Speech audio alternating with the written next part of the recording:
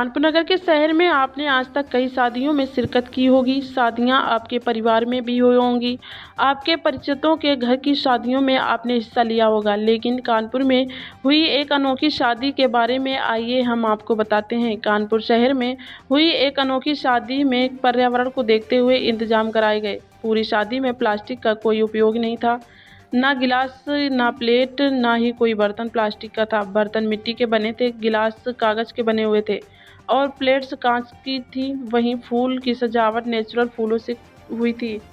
वहीं खाने के स्थान पर खाट पड़ी हुई थी, जिन पर बैठकर लोग भोजन कर रहे थे। शादी के एंट्री गेट पर महापुरुषों और देशभक्तों की तस्वीरें लगी थी, साथ ही रामलला की मनमोहक तस्वीर भी लगी हुई थी।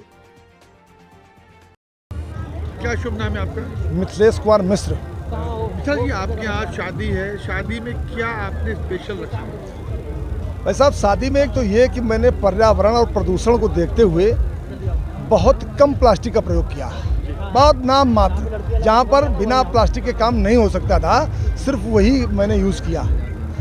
मैंने परंपरागत भारतीय संस्कृति को लेकर के मैंने पूर्वजों की और देश के लिए जिन्होंने अपने प्राणों को न्यौछावर किया, उनके माल्यार्पण करके कार्यक्रम की शुरुआत की।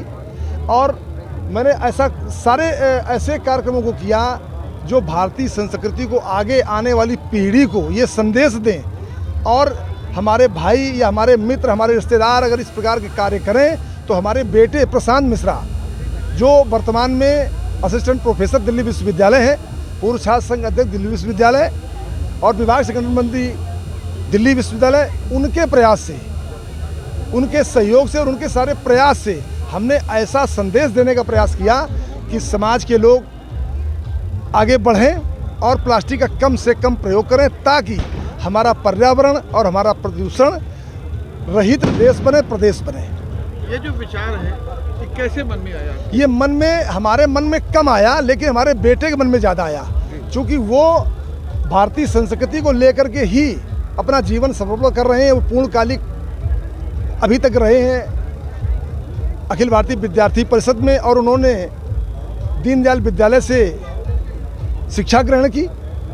तो दीनदयाल के संस्कार उन्हें मिले और उन्होंने ऐसा करने का काम किया कि उन्होंने हमसे कहा, पापा हम ऐसा करना चाहते, तो हमने भी उनका पूरा सहयोग किया कि नहीं, ये एक अच्छा संदेश देने के लिए आप काम कर रहे हैं और समाज के लिए, आने वाली पीढ़ी के लिए अच्छा काम कर रहे हैं। मैंने पूरा सहयोग किया ताकि लोग भी आगे आकर के और प्लास्टिक मुक्त व्यवस्था देने का काम करें।